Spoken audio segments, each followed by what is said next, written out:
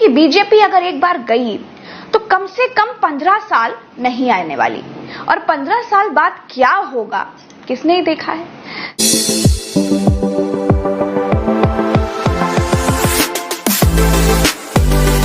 नमस्कार। देखिए, मोदी को मालूम है कि आज नहीं तो कल उनको झोला उठाकर जाना पड़ेगा। मोदी का मन भर चुका है, लेकिन बिना प्रधानमंत्री की गद्दी पर बैठे अमित शाह को नहीं जाना है। गुजरात में मुख्यमंत्री की गद्दी नहीं मिली, कोई बात नहीं, प्रधानमंत्री की गद्दी के इतने पास पहुंचकर उस पर बैठने का मन तो उनका करता ही होगा। अमित शाह चाणक्य आदमी है, उनको ये भी मालूम है कि बीजेपी अगर एक बार गई तो कम से कम 15 साल नहीं आने वाली, और 15 साल बाद क्या होगा किसने ही देखा है। सत्ता में बने रहने की अधीरता मोदी से ज्यादा शाह की है, इसलिए इनको नानी याद आ रही है। अरे राहुल बाबा, आप तो क्या, आपकी नानी भी ऊपर से वापिस आ जाए, इस सीए को नहीं हटा जाए। इसीलिए इनको रमजान, होली, दिवाली वाला वो घिसा पिटा जुमला याद आ रहा है। होली दीपावली के दिन बिजली नहीं आती थी, रमजान में 24 घंटा बिजली आ जाती थी। अब होली दीपावली के दिन 24 घंटा बिजली देने का काम भारतीय जनता पार्टी। बजता होगा मोदी का दुनिया में डंका, मोदी देते होंगे दुनिया में शांति का संदेश, मोदी में होंगे दो देशों के युद्ध रोक देने की ताकत। लेकिन भारत में मोदी की हैसियत सिर्फ हिंदू को मुसलमान के खिलाफ भड़काकर लोगों को मूर्ख बनाकर वोट लेने भर की ही है। यहाँ के डंकापति के नाम पर इनको वोट नहीं मिल रहा है। युद्ध स्टॉपर होने के नाते इनको कोई वोट नहीं दे रहा है, क्योंकि भारत के लोगों को सच मालूम चल गया है। जो आदमी अपने राज्य मणिपुर का युद्ध नहीं रोक पाया हो, उसने दुनिया का युद्ध क्या ही रोक दिया होगा जी। जो आदमी बिना हिंदू मुसलमान के पार्षदी का चुनाव न जीता हो, जिस आदमी के पति होने पर भी विवाद हो, डंकापति क्या ही होगा जी। मोदी प्रधानमंत्री की गरिमा को ताक पर रखकर सिर्फ लोगों को धर्म का डर दिखाकर वोट ले सकते हैं। पहले बहुत से लोगों की तरह मैं भी ये सोचती थी कि भाई मोदी जी की क्या फैन फॉलोइंग है, क्या डैशिंग पर्सनालिटी है, क्या ऑरा है, क्या भौकाल है। लेकिन जब धीरे धीरे राजा के ऊपर से नील धुलनी शुरू हुई, तब पता चला कि टेलीप्रॉम्प्टर सम्राट हैं ये केवल हिंदू को मुसलमान से डरा करके ही वोट ले सकते हैं।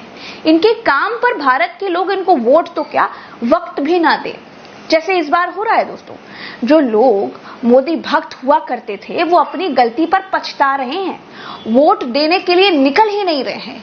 हिंदू इलाकों में कम होता वोट प्रतिशत इसका सबसे बड़ा सबूत है। देखिए, ये सिर्फ हिंदू मुसलमान में बरगलाना और बहकाना जानते हैं, बेशर्मी से झूठ बोलना जानते हैं। आप इसको कुछ ऐसे समझिए। देखिए, अगर हंगर इंडेक्स की रिपोर्ट आ जाए तो ये बोलेंगे कि हम नहीं मानते। ये ऐसे लोग हैं कि अगर गरीबी की रिपोर्ट आ जाए तो बोलेंगे हम नहीं मानते भाई। खुशहाली की रिपोर्ट आ जाए और हमारे पड़ोसी देश हमसे आगे निकल जाए तो ये बोलेंगे हम नहीं मानते। पत्रकारिता पर सेंसर लगाने वाली रिपोर्ट आ जाए, भारत बुरी तरह से पिट जाए तो बोलेंगे कि भाई हम नहीं मानते ऐसी रिपोर्टों को।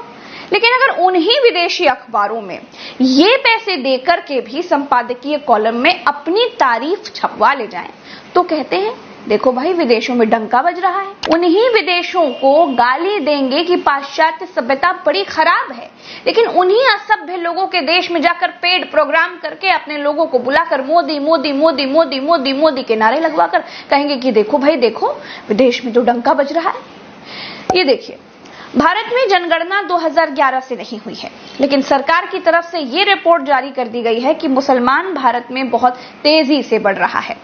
तीसरे चरण के बाद ये रिपोर्ट छुपाई गई है। बहुत लोग कह रहे हैं कि बिना जनगणना के ये रिपोर्ट आई कैसे, मुसलमान ज्यादा तेजी से बढ़े हैं, ये बिना जनगणना के पता कैसे चल गया। 10 साल सरकार चलाने के बाद हिंदू मुसलमान गिनवाने की जगह कितनी नालियां, कितने गटर बनवाए हैं, अरे यही गिनवा देते। प्रधानमंत्री से नाली, गटर, स्ट्रीट लाइट लगवाने जैसी विकास की तो उम्मीद की जा सकती है ना। लेकिन इनको मालूम है कि हिंदू मुसलमान की नफरत फैलाए बिना काम के नाम पर इनको कुछ भी नहीं मिलने वाला। ये लोग कब किसको डस लेंगे ये किसी को नहीं मालूम है। अडवाणी, केशुभाई पटेल, मुरली मनोहर जोशी, इन सबको जब ये डस रहे थे तभी सबको मालूम हो जाना चाहिए था कि ये बख्शेंगे किसी को नहीं। अब बताइए, मोदी जी ने अंबानी और अडानी को भी डस लिया। अपने ही दोस्तों के लिए कह दिया कि अंबानी और अडानी काला धन टेम्पो में लादकर राहुल गांधी के घर पहुंचा रहे हैं। अंबानी और अडानी ने तो मोदी को दोस्त माना होगा। अरे कम से कम इस जहाज में ही ये देख लीजिए, अडानी का जहाज जिसमें मोदी जी चढ़ रहे हैं, इस जहाज में अडानी ने मोदी को बैठते समय कम से कम ये तो नहीं सोचा होगा कि मोदी अपनी सत्ता बचाने के लिए अडानी को ही काले धन वाला सेठ बता देंगे। काला धन समझते हैं ना, क्यों मोदी जी? काला धन रखने वालों को 7 साल की सजा है, सजा। काले धन पर टैक्स के साथ 200% जुर्माना भी है। नरेंद्र मोदी चिल्ला चिल्लाकर अडानी और अंबानी को काला धन रखने वाला बता रहे हैं। तो क्या अडानी और अंबानी दोनों की जगह अब जेल में है? जब प्रधानमंत्री नरेंद्र मोदी अडानी और अंबानी को काला धन रखने वाला बता रहे हैं, तो प्रधानमंत्री की बात में कुछ तो दम होगा।